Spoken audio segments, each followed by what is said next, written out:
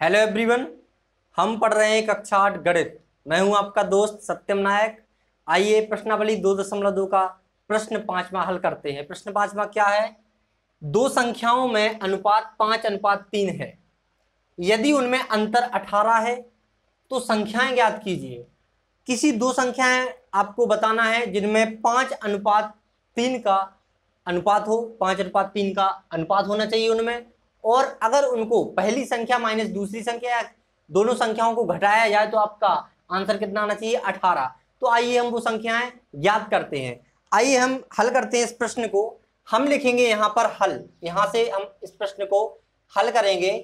तो यहां पर लिखेंगे हम हल।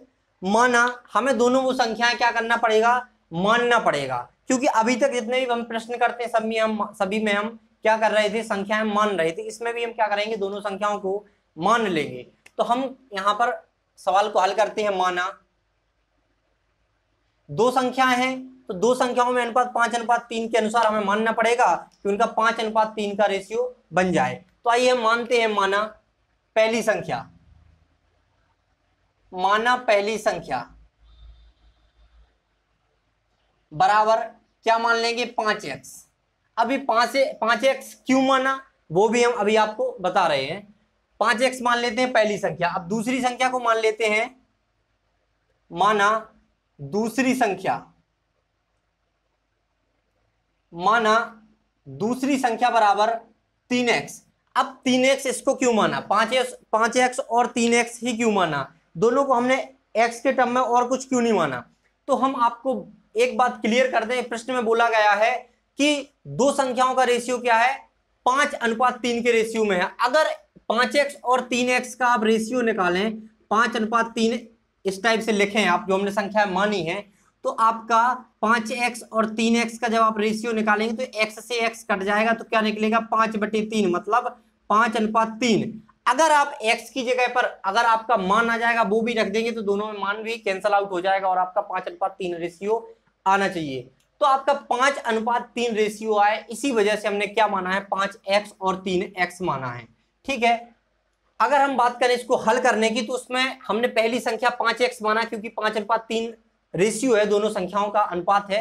तो हमने क्या माना? पहली संख्या 5x, दूसरी संख्या 3x मान लिया। क्यों माना वो भी हमने आपको बता दिया। अब सवाल में क्या दिया है? प्रश्न में क्या दिया गया है? यदि उनमें अंतर 18 है, मतलब अंतर का मतलब होता है घटाना। मतलब अब पहली संख्या या एक संख्या से दूसरी संख्या को घटाएं तो उसमें क्या आना चाहिए? अंतर 18 का आना चाहिए। या बोल सकते हैं पहली संख्या माइनस दूसरी संख्या बराबर 18। तो हम यहां पर लिखेंगे प्रश्न अनुसार। इसी से हमारा क्या होगा? प्रश्न हल होगा। तो यहां पर हम लिखेंगे प्रश्न अनुसार, क्योंकि प्रश्न में दिया हुआ है प्रश्नानुसार, इसलिए प्रश्नानुसार लिखना पड़ता है। प्रश्नानुसार क्या दिया है? प्रश्नानुसार उनमें अंतर, मतलब पहली संख्या माइनस दूसरी संख्या। यहां लिखेंगे पहली संख्या माइनस क्या है? माइनस क्या है? दूसरी संख्या, क्योंकि दोनों का संख्याओं का क्या है? अंतर है। तो पहली संख्या माइनस दूसरी संख्या। अगर आप दोनों संख्याओं को घटाएंगे तो कितना आ रहा है आपका? 18 आएगा आंसर। ऐसी आपको संख्याएं ज्ञात करनी है जिनमें दोनों संख्याओं को आपस में घटाने पर क्या है? 18 आपका आंसर आए। अब हम क्या करेंगे? पहली संख्या की जगह पर पहली संख्या का मान रख देंगे और दूसरी संख्या की जगह पर दूसरी संख्या का मान रख देंगे। तो हम यहां पर पहली संख्या हमने क्या माना था? 5x प्लस, सॉरी यहां पर माइनस से घटाना है तो यहां पर माइनस करेंगे। दूसरी संख्या क्या माना था हमने? 3x, तो यहां पर 3x मान लेंगे, बराबर में क्या आना चाहिए? 18। तो अब यहां पर हम इसको क्या कर देंगे? देख रहे होंगे आप 5x, ये भी x का है, ये भी x का टर्म है, मतलब दोनों क्या है? x की संख्याएं हैं। तो हम क्या करेंगे? 5x माइनस 3x करेंगे तो कितना आएगा? 2x आएगा आपका। तो यहां पर हम लिखेंगे 2x बराबर 18। अब यहां पर आप देख रहे होंगे x के साथ 2 क्या है? गुणा में है, तो हम 2 का पक्षांतर किस तरफ करेंगे? दाएं तरफ करेंगे। तो हम लिखेंगे 2 का, यहां पर लिखेंगे 2 का किस पक्ष में? देखो बाएं पक्ष से कर रहे हैं, लेकिन हम डायरेक्ट लिख देंगे 2 का दाएं पक्ष में। आप ऐसा भी लिख सकते हैं 2 का दाएं पक्ष में पक्षांतरण करने पर, पक्षांतरण करने पर आप ऐसा भी लिख सकते हैं 2 का पक्षांतरण करने पर, यहां पर एक सेकंड, पक्षांतरण करने पर आप ऐसे भी लिख सकते हैं कि 2 का बाएं पक्ष से दाएं पक्ष में पक्षांतरण करने पर। ठीक है। तो हम यहां पर क्या करेंगे? 2 का दाएं पक्ष से दाएं पक्ष में पक्षांतरण करने पर, हम यहाँ पर इसको पक्षांतरण करेंगे तो हमें क्या प्राप्त होगा, ये देखते हैं। x के साथ क्या है, 2 गुणा में है, गुणा में है, और गुणा का जब पक्षांतरण होता है, गुणा में है कोई संख्या, अगर उसका हम पक्षांतरण करते हैं तो क्या पहुंच जाता है, भाग में पहुंच जाता है। आप अच्छे से सीख चुके हैं कि अगर हम किसी गुणा वाली संख्या का पक्षांतरण करते हैं तो वो संख्या अगले पक्ष में संख्याओं के भाग में पहुंच जाती है।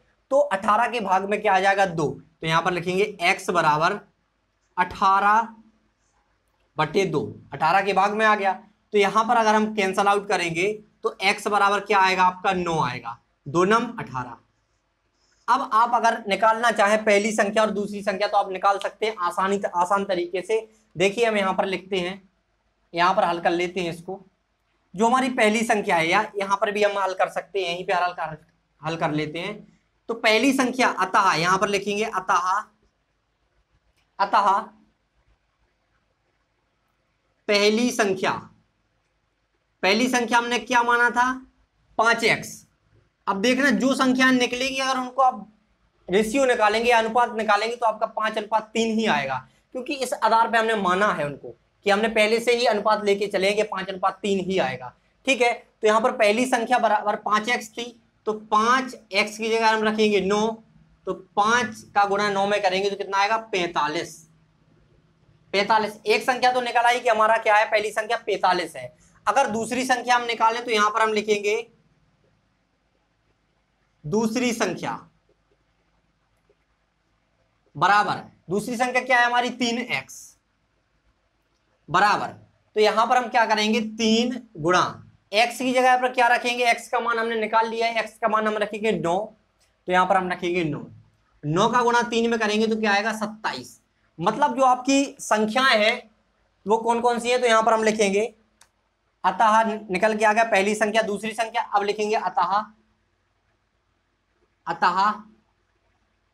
संख्याएं कौन कौन सी निकली, यहां पर आप लिख सकते हैं संख्याएं कौन कौन सी हैं। संख्याएं बराबर क्या क्या निकली है आपकी, 45 निकला है, और